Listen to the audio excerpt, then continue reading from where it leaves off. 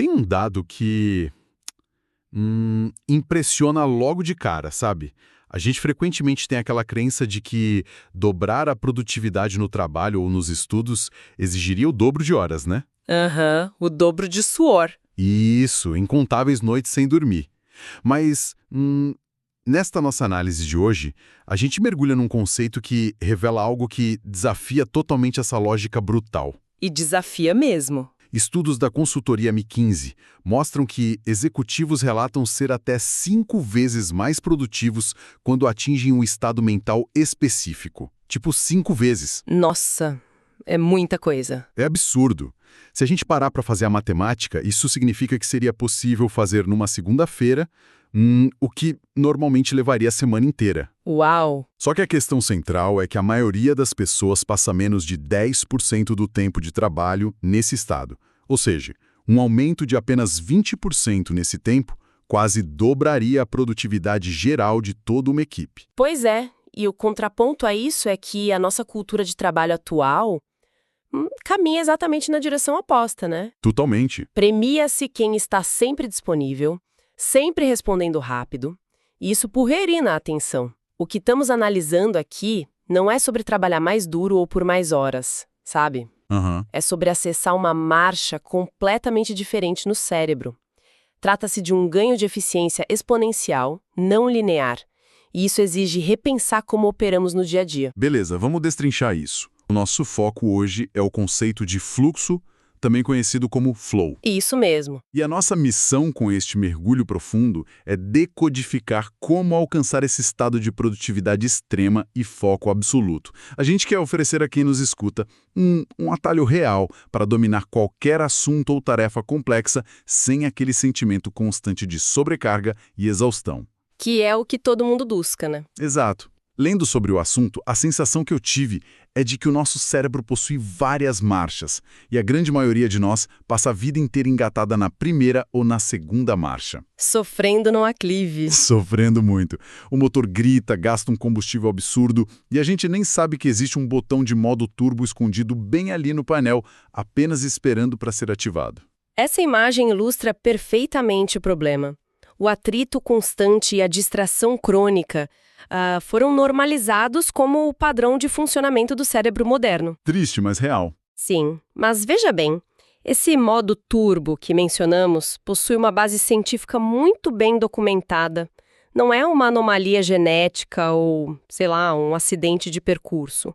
É uma capacidade humana fundamental que a gente simplesmente esqueceu como acionar intencionalmente. Então, antes de tentarmos apertar esse botão mágico, a gente precisa dissecá-lo. O que realmente é esse estado de fluxo? Boa pergunta. A definição clássica, que serve de fundação para quase tudo que sabemos sobre o tema hoje, vem do psicólogo Mihaly Csikszentmihalyi, num trabalho seminal chamado Fluir. Um clássico. Sim. Ele descreve o fluxo como um estado em que a pessoa fica tão imersa numa atividade que absolutamente nada mais parece importar.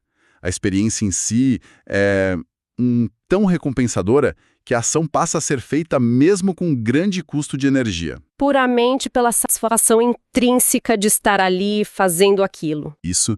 E há 8 características fundamentais que definem essa experiência ótima, né? Envolve aquela concentração absoluta e um foco restrito no presente. E o que mais chama a atenção é a ausência percebida de esforço. As ações, as decisões, os movimentos, tanto físicos quanto intelectuais. Parecem no automático. Exatamente, parecem acontecer de forma quase autônoma. Como se a pessoa fosse um passageiro observando o próprio corpo executar uma tarefa com maestria. E o ego, sabe, aquela voz interna que julga cada passo nosso? Aquele crítico chato. Isso, esse crítico simplesmente desaparece, fica mudo. E tem um detalhe relatado com muita frequência que me fascina demais, que é a distorção do tempo. O tempo parece que desacelera de uma forma bizarra, onde uma fração de segundo parece durar uma eternidade, ou acontece o oposto extremo. Aquelas 4 horas de trabalho que parecem 20 minutos. Exato. E temos um caso incrível da nossa pesquisa para ilustrar isso. A história do Patrick. Ele tinha transtorno de déficit de atenção com hiperatividade, o famoso TDAH. Certo. E ele sempre teve dificuldades imensas para focar. Isso afetava o trabalho dele, claro, mas também os torneios de jiu-jitsu brasileiro nos quais ele competia. Ah, o esporte exige muito foco. Demais. No tatame, a mente dele entrava em curto-circuito tentando processar todos os golpes e defesas ao mesmo tempo. Era um caos total, gerando um estresse crônico insustentável para ele. Imagino. Mas, quando ele aprendeu a engatilhar o estado de fluxo, a transformação foi drástica. No torneio seguinte, o relato dele foi de se sentir literalmente dentro daquela cena famosa do filme Matrix. Desviando das balas. Quase isso. Ele conseguia ver os movimentos do oponente antes mesmo de acontecerem. Tudo desacelerou. O que ilustra muito bem a capacidade de processamento paralela do cérebro quando removemos a ansiedade. Aham. Porque, ao silenciar o ruído interno, aquele excesso de autojulgamento que mencionamos, o cérebro ganha uma largura de banda imensa para processar os padrões externos com uma clareza absurda. Faz todo sentido. E o alívio do estresse crônico que o Patrick sentiu é uma consequência natural dessa harmonia neurobiológica, sabe? Porque o conflito mental simplesmente cessa. Só que, parando para pensar agora, eu preciso fazer o papel do cético aqui. Manda. Tudo isso soa quase místico, né? Ler a mente do oponente como no Matrix, esquecer de comer, perder completamente a noção do relógio, silenciar o próprio ego. Isso parece algo reservado para monges que passam 30 anos meditando no topo de uma montanha no Tibete. Ou para atletas olímpicos de altíssimo rendimento na final dos 100 metros rasos. Exatamente. Como é que pessoas comuns, que têm dezenas de boletos para pagar no fim do mês, caixas de e-mail lotadas e prazos apertados, conseguem acessar isso numa terça-feira de manhã antes de uma reunião de diretoria? O que é fascinante aqui é que precisamos desmistificar completamente essa ideia de que o fluxo é um transe místico ou um dom inalcançável. Não há qualquer magia envolvida. Zero. Zero. É uma neuroquímica perfeitamente biológica, estruturada e acessível a absolutamente qualquer cérebro humano. O que o Patrick fez no tatame, ou que um programador faz ao escrever um código complexo sem piscar por horas, é alinhar o foco intenso com objetivos muito claros. Entendi. Isso ativa uma cascata profunda de neurotransmissores como dopamina, noradrenalina e anandamida. E são esses químicos que otimizam a nossa percepção e blindam a nossa atenção contra estímulos externos. Isso sugere que existe um arco oculto por trás do fluxo, certo? Uma espécie de receita biológica que prepara o terreno para ativar essa cascata de neurotransmissores. Exato, não é um raio que cai do céu de forma aleatória. É um processo previsível. O trabalho de pesquisadores como Steven Kotler mapeia isso em 4 fases distintas do fluxo. E a primeira fase é de longe a mais contraintuitiva. Ele a chama de esforço. A fase do sofrimento. É um momento de cavar fundo, a pesquisa pesada, o planejamento. E o curioso é que essa fase não se parece em nada com o fluxo. Pelo contrário, ela é bem frustrante e dolorosa. É o momento de maior atrito cognitivo. O cérebro está tentando carregar informações novas, identificar padrões, construir conexões neurais do zero. Isso demanda um consumo de energia gigantesco. É desgastante. Muito. A frustração que sentimos ao iniciar um projeto complexo não é um sinal de que não temos talento. É literalmente a biologia da aprendizagem acontecendo ali na prática. Que alívio sabe disso. Pois é.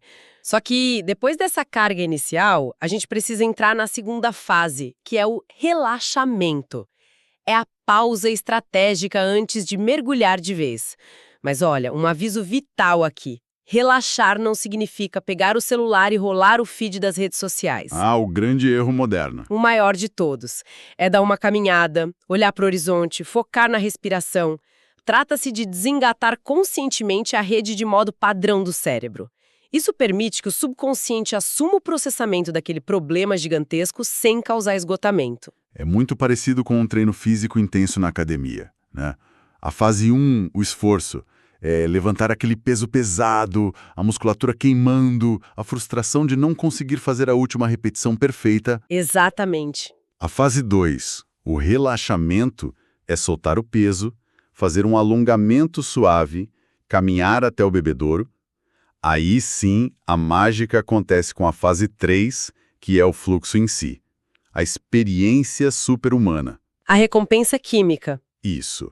É aquela endorfina e dopamina batendo no teto quando estamos no meio de uma corrida, por exemplo, onde os pés parecem se mover no automático e quilômetros passam num piscar de olhos. E é maravilhoso. E finalmente chegamos à fase 4, a consolidação.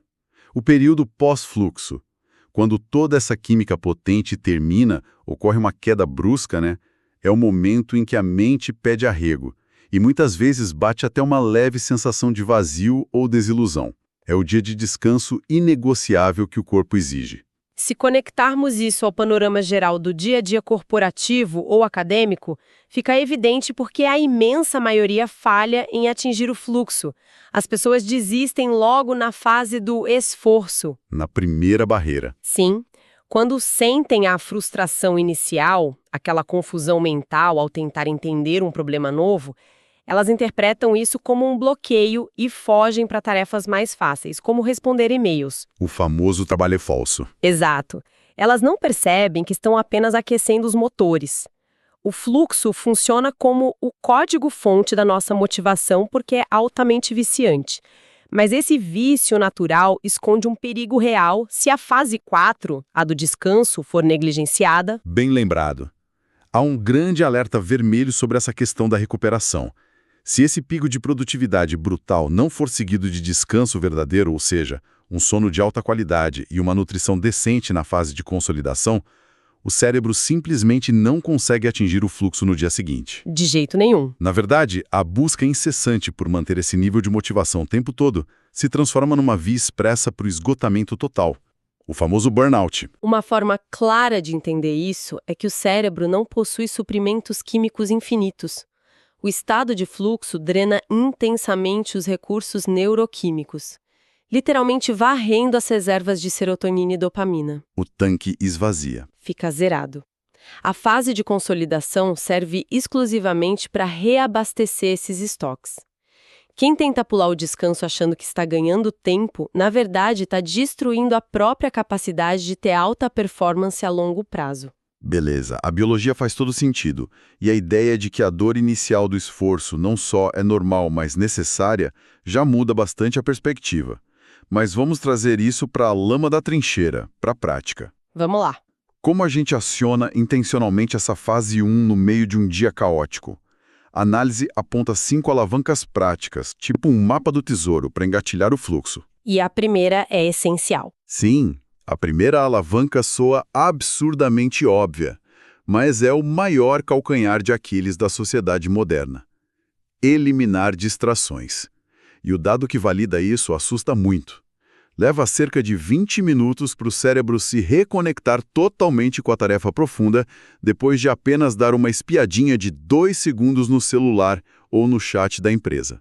20 minutos por causa de uma olhadinha. Isso ocorre por causa de um mecanismo chamado resíduo de atenção. Resíduo de atenção, uau!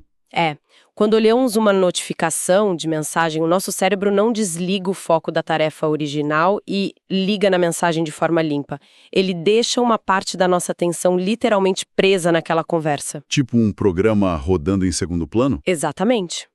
Então, mesmo quando os olhos voltam para a planilha ou para o texto complexo que estávamos escrevendo, um pedaço do nosso processador mental ainda está lá no celular, pensando no que responder. E aí a gente fica mais lento. Muito mais lento.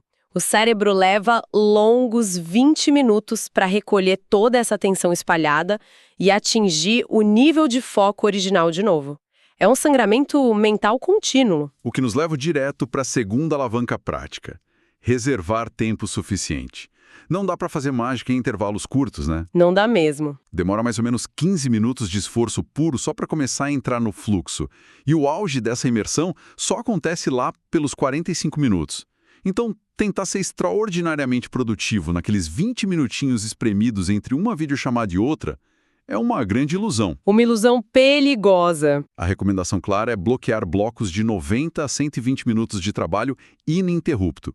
Mas olha, aqui eu pergunto, como a gente cria um bloqueio de 2 horas na agenda quando a cultura das empresas exige que se responda ao chefe no aplicativo de mensagens em 5 minutos? Esse é o grande desafio contemporâneo. Exige o estabelecimento de limites agressivos e negociação de expectativas com as lideranças. Tem que bater o pé. Tem que bater o pé e provar o valor.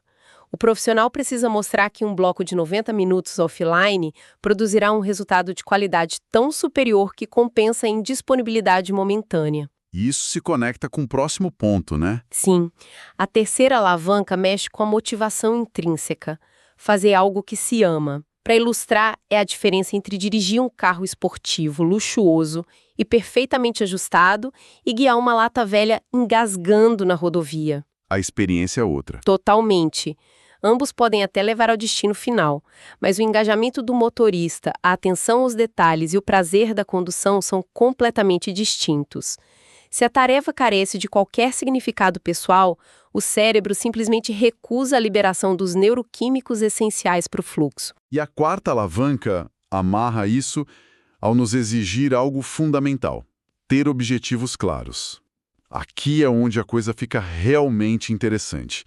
Tem um exemplo brilhante de um escritor na nossa pesquisa para ilustrar como a falta de clareza arruína o foco. Adoro esse exemplo. É muito bom, né?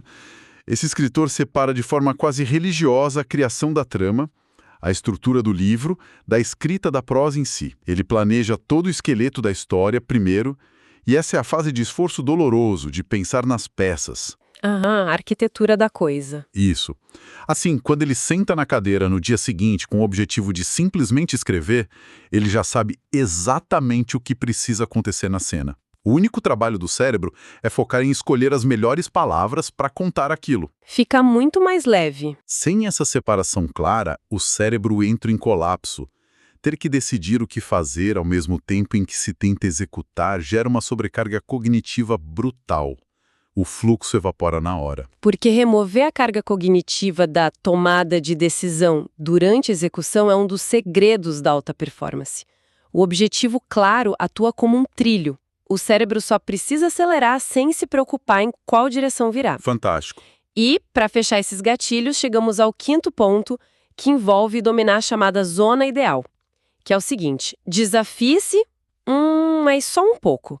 Existe um equilíbrio fino aqui. Como assim? Se a tarefa for fácil demais, o nível de habilidade é muito maior que o desafio, gerando tédio absoluto.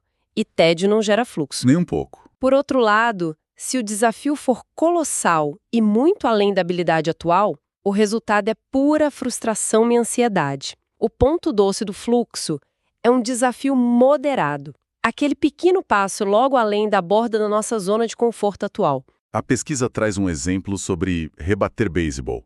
Como transformar uma simples rebatida num desafio mental. Em vez de apenas rebater a bola de qualquer jeito, o jogador foca em acertar a bola num ângulo específico do campo. É a arte de transformar a monotonia em um jogo. Exato. É por isso que transformar algo chato num jogo funciona tanto no trabalho de escritório, não é? Se a pessoa tem um relatório monótono e repetitivo para fazer, colocar um cronômetro de 30 minutos na mesa cria uma pressão artificial. Vira uma corrida contra o tempo. Isso. O desafio, de repente, não é mais preencher os dados, mas sim bater o próprio relógio. O cérebro adora tentar resolver esse tipo de quebra-cabeça. Essa gamificação artificial empurra a mente diretamente para a zona ideal de fluxo. É uma manipulação consciente do ambiente da tarefa para extrair o melhor foco possível. Beleza, então, recapitulando a cena. A gente preparou o ambiente, o celular está no modo avião dentro da gaveta, o bloco inegociável de 90 minutos está reservado. Certo. O objetivo do que precisa ser feito está cristalino e o nível de desafio foi calibrado para ser instigante. Nós sentamos na cadeira, prontos para mergulhar no fluxo e ser 5 vezes mais produtivos e, do nada, tudo desmorona de novo. O foco some. Acontece nas melhores famílias. Mas por que isso acontece? Porque existem supervilões à espreita. Inimigos declarados do desempenho mental, esperando qualquer brecha. E o líder absoluto dessa galeria de supervilões no século XXI é, sem dúvida, a multitarefa. A ideia fantasiosa de que o cérebro humano consegue realizar várias tarefas cognitivas complexas simultaneamente. É o mito daquele profissional que se orgulha de ser multitasking, sabe? Eu faço 10 coisas ao mesmo tempo. Exatamente. Só que a ciência é implacável e destrói essa ilusão. A multitarefa derruba a nossa produtividade no chão. Nunca haverá estado de fluxo genuíno Se a pessoa tenta escrever uma apresentação de negócios brilhante enquanto escuta algo e tenta responder as mensagens do grupo de trabalho ao mesmo tempo. É biologicamente impossível. Impossível. E logo atrás desse arqui-inimigo vem um super vilão altamente ardiloso. O estresse. Eita. Preocupações criam verdadeiras emboscadas mentais.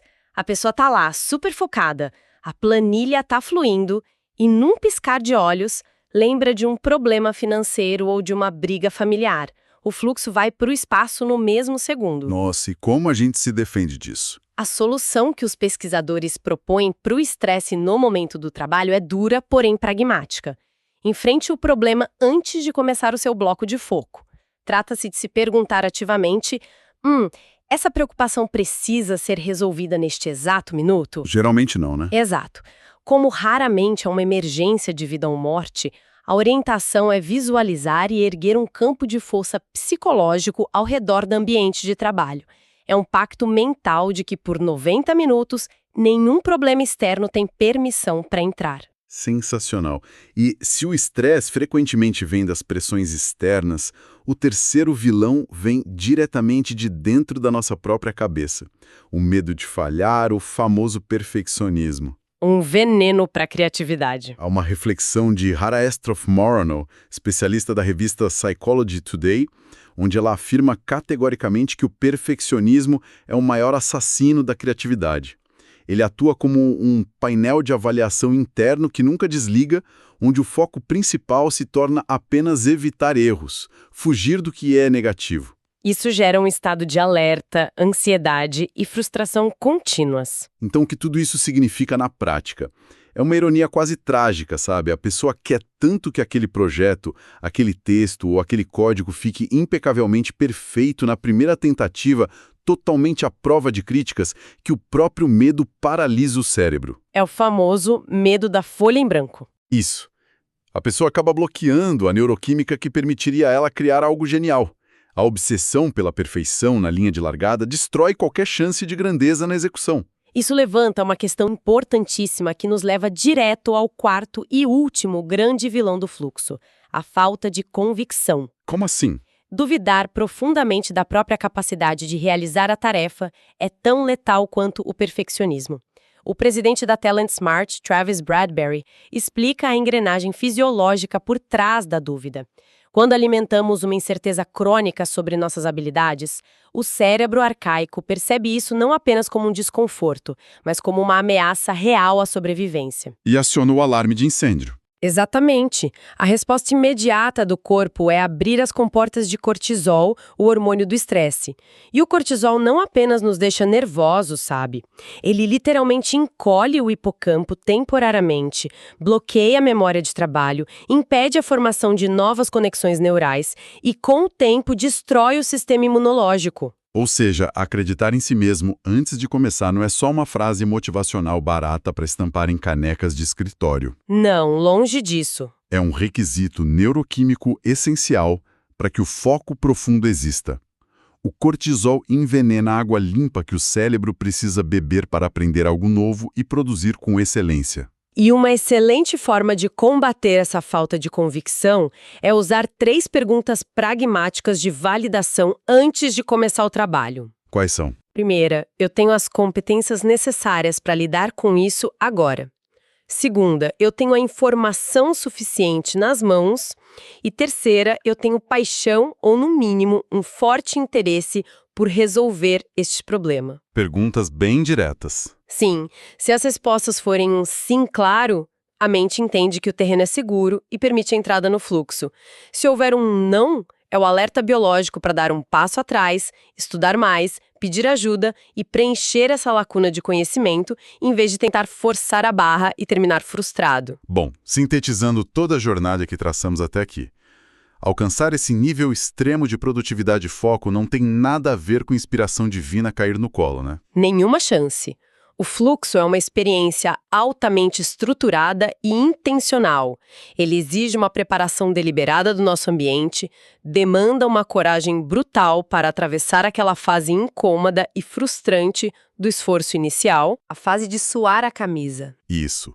Requer inteligência para alinhar os níveis dos desafios com as nossas próprias habilidades e, acima de tudo, pede a construção de defesas rígidas e inegociáveis contra a multitarefa, as interrupções, o estresse não gerenciado e a arapuca mental do perfeccionismo. E da dúvida também. Exato. Para quem nos escuta, que está sempre em busca de aprender mais rápido, crescer na carreira e dominar novos assuntos, acessar o estado de fluxo é a ferramenta definitiva. É a chave principal para absorver montanhas de informações de maneira profunda, sustentável e incrivelmente gratificante, sem perder a sanidade no processo. É o verdadeiro superpoder moderno. E pensando em como é difícil quebrar os nossos próprios vícios de distração, a gente encontrou uma citação formidável do futurista Alvin Toffler, no final dessa nossa pesquisa de hoje.